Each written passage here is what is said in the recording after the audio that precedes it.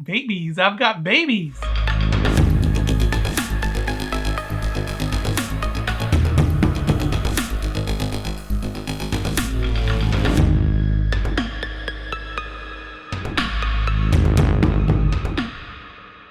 Hello, tarantula lovers. I'm Alex, and you're watching Tarantula Haven. I'm going to try to keep this one a little bit short. I've got a few updates to share with you. One of them, actually two of them involve babies, but one of them is a sad update. If you remember on my tarantula room tour, I had two Cereopagopus hottie, and during that tour, they were drumming at each other.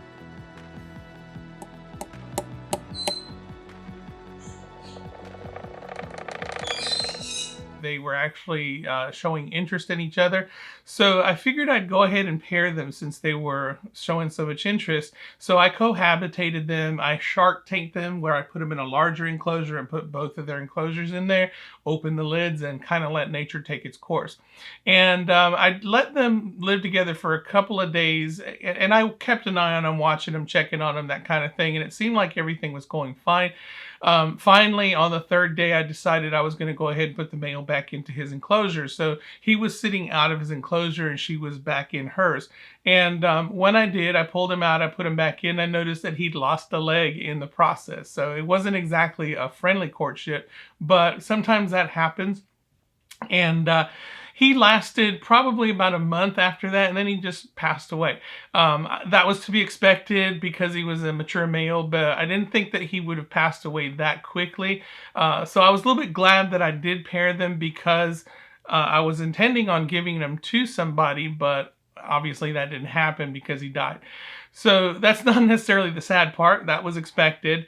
But the sad part is that I figured that she would probably be gravid at this point. So I kind of kept an eye on her. I paid special attention to her. Kept checking on her and everything. And she was doing fine.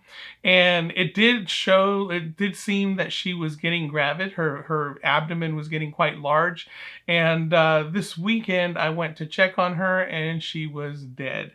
So I don't know what happened. I tried to keep conditions as best as possible for her, but yeah, she had passed away, and I was pretty upset about that because it did appear that she was gravid. If you see the pictures that I have up here, her abdomen was very large. I did shine a light on it, and it looked like she was glowing yellow.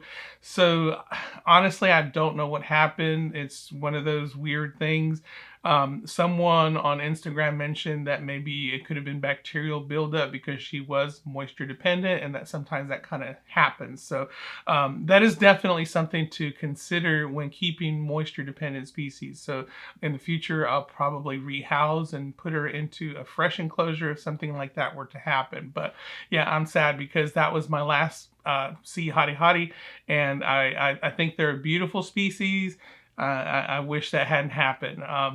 I'm seriously considering not getting this species again, at least maybe not for a while. I felt like I had some bad luck with them early on. I had purchased 3 when I first got them, and one of them died under similar circumstances. It seemed to be growing well. It was still a sling, but it was getting up to about maybe 1.5 inches, almost 2 inches. And then one day I checked and it was just dead and just sitting there on the top of its cork tube, which was really strange. So I didn't know what happened, but very similar circumstances. And of course, the male matured to adulthood, which, I mean, that was a successful one, but it was about a couple years there. And then the female passing away, shortly after. So it's just one of those weird things, and I really don't know what I did wrong, so I'm kind of hesitant to get back into that. So on to the good news. About a year ago, I think I was at a Repticon and I found a species of scorpion that I was very interested in, and that was the Hottentotta. And I was pretty excited about it. The common name for the Hottentotta is the alligator back scorpion or the African ground scorpion. And the reason I was so excited was because I had kept a species of scorpion called Titius stigmurus, which I think was the Brazilian bark scorpion or something to that effect. And I was excited about got those because they are parthenogenic, which means that they can have babies without sex. You don't need a male. They're females, and the females just basically clone themselves, reproduce, and they have young without a male. And that was something that I was really interested in experiencing, but I didn't get the husbandry right on those, and they all died, all three of them. So when I saw the Hottentotta, I was excited because they are from a more arid region, and I figured I would have better luck keeping an arid species as opposed to one that requires moisture. And they are also parthenogenic, and that was something that I really wanted to experience, so that's why I got them. Well, in keeping it, I kept it in my room here, or actually out in the living room at the time, but then moved it in here.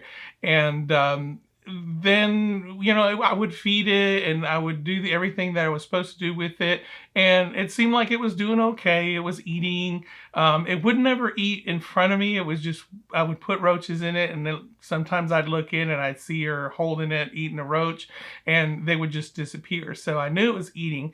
It was getting fatter, and I figured I was doing everything correctly, but never had any babies. So I was wondering, well, what am I doing wrong? So I figured I'd do some research and look some more stuff up on them.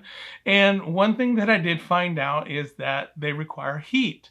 They don't like room temperature. In fact, room temperature, you will probably end up killing them, or they're just going to be sluggish and they might not eat for you, or they might not eat regularly and they just won't do well. So they require anywhere from about 85 to 90 degrees. So if you're considering getting this species, you need to have consideration that you're going to need a heat source. And I didn't really want to put a heating pad on anything or anything like that because it would be a little bit difficult to control. So what I did was I took the enclosure and I put it out in my garage. And my garage, being Florida, it stays pretty warm, and it stays about 85 to about 95 degrees there on a real hot day. But that's unusual. For the most part, it stays somewhere in between, usually about 88, 90 degrees. And so that was ideal for this scorpion. And when I did keep it there, I started to notice that it was a little bit more active. Instead of hiding under the cork bark, I would actually find it sitting on top of the cork bark. So it just seemed like its demeanor changed completely. So I was pretty excited about that. And I kept checking on it. And I usually do about a daily check on it. If I ever went to the garage for something, I'd just take a quick peek just to see what it was doing, and everything just seemed fine. And recently it started to look like it was getting a little bit more plump, and I figured, oh, just another, it's done this before, it just never produced babies. So the other day I went to check on it, and sure enough, she had a back full of babies. So I was ecstatic about that. That was just something that I really wanted to experience, and I finally did. So I'm not really sure how many babies she has, but that was just a really cool thing for me to see.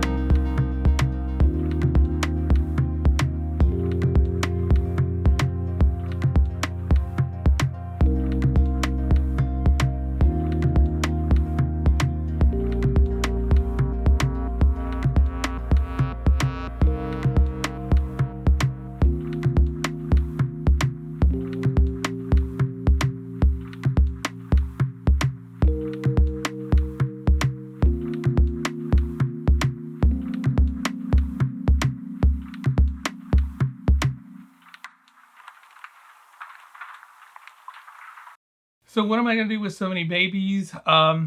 First of all, I'm going to try to raise them up a little bit just to see if I can keep them alive. I honestly don't know if I can do that, so I'm going to keep a few of them.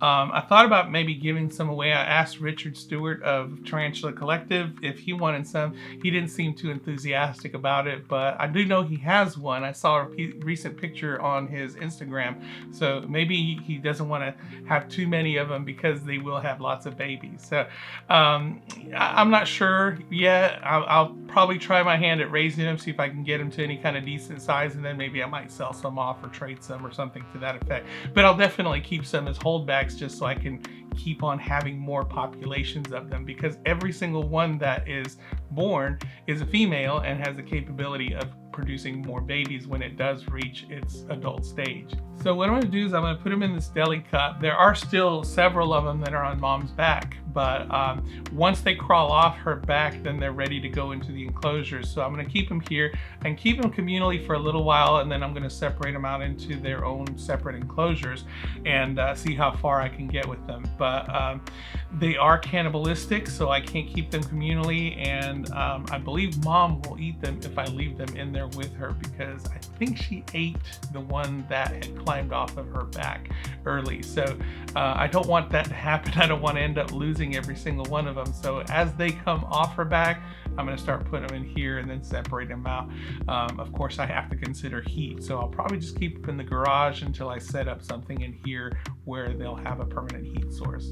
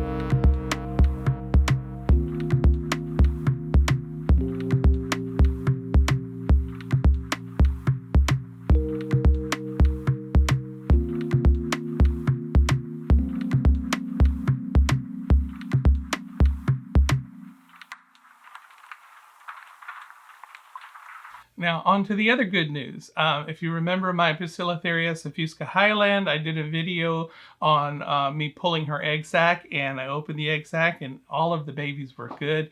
I put them in the incubator and they are now reaching second instar. So I'm pretty happy about that. Second instar is when you can start selling them, giving them away, whatever you want to do with them. That is when they actually start looking like little tarantulas, and at this point is when they'll start eating. So yeah, I'm pretty excited about that. And I almost regretted doing the video, because as soon as I put that video out, I started getting contacted by vendors and people wanting some. And that's not a bad thing, because that gives me a place to send them to once, you know, I get them to that second instar point. Now, right now, they're still changing. Some of them are there, some of them aren't, but that gives me a way to get rid of them and maybe make a little bit of money or get some trades out of them.